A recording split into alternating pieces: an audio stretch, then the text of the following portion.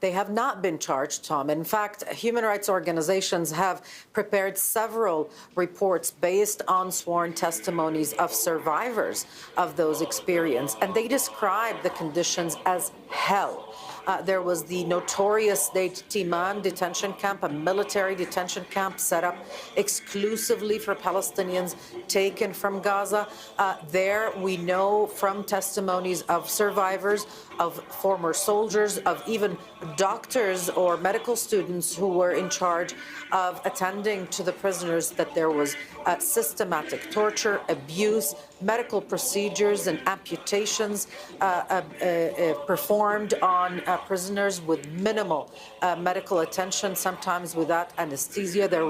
There are several documented cases of sexual abuse, including rape, of those Palestinians taken from Gaza. So these are circumstances that are beyond one's capacity to imagine, really. And even those who are taken to military prisons in the occupied West Bank, like Ofer, near Ramallah, where a sizable number of Palestinians from Gaza are held.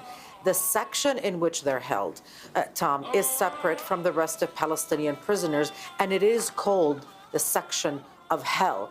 These prisoners, these detainees, are deprived of proper food, of proper medical attention.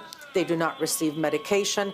They are entitled to a 1-minute shower every 10 days, so that most of them are released with skin conditions and infections.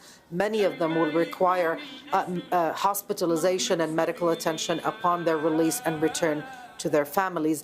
And even Palestinians who were detained and imprisoned before October 7, Tom, speak of horrific conditions, of medical negligence, of limit to their food intake, of depriving them of any access to the outside world. So they have no idea what's been happening since October 7. They have no access to their lawyers, certainly no family visits, and very limited ability to contact other prisoners within the same facility they're held. So the conditions are really severe, and we saw that reflected in the way that these released prisoners appear. They have lost considerable amount of their body weight.